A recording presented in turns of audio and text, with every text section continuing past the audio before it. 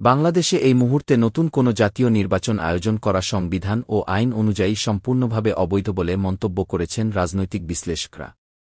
কারণ গত ৭ই জানুয়ারি অনুষ্ঠিত নির্বাচনের মাধ্যমে একটি বৈধ সরকার গঠিত হয়েছে এবং সেই সরকারের প্রধানমন্ত্রী শেখ হাসিনা এখনও পদত্যাগ করেননি। জাতীয় সংসদও বহাল রয়েছে।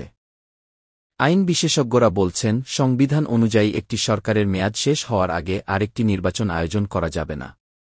নতুন নির্বাচন আয়োজন করতে হলে অবশ্যই প্রধানমন্ত্রী শেখ হাসিনাকে পদত্যাগ করতে হবে এবং জাতীয় সংসদ ভেঙে দিতে হবে।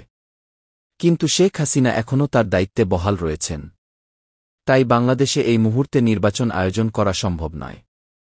আন্তর্জাতিক অঙ্গনে ক্রমেই স্পষ্ট হচ্ছে, জঙ্গি ও উগ্রবাদী শক্তি দমনে শেখ হাসিনার বিকল্প নেই। ইউরোপীয় ইউনিয়ন, যুক্তরাষ্ট্র, ভারত ও রাশিয়া সবাই এ বিষয়ে একমত যে শেখ হাসিনার নেতৃত্বেই বাংলাদেশ নিরাপদ থাকতে পারে।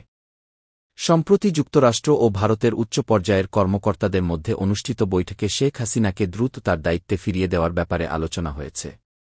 সেখানে ড ইউনূসের বিরুদ্ধে অভিযোগ আনা হয় যে, তিনি বাংলাদেশে জঙ্গি ও উগ্রবাদীদের আশ্রয় দিয়ে শুধু বাংলাদেশকেই নয়, গোটা দক্ষিণ এশিয়াকে অস্থিতিশীল করে তুলছেন।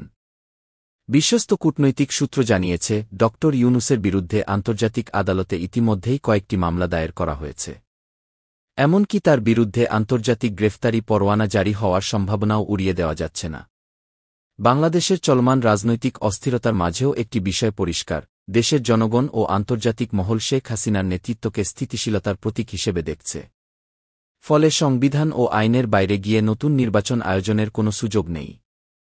শেখ হাসিনা প্রধানমন্ত্রী হিসেবেই তার দায়িত্ব পালন করবেন এবং দেশকে জঙ্গি সন্ত্রাসের হাত থেকে রক্ষা করবেন, এমনটাই মনে করছে পশ্চিমা মিত্ররা।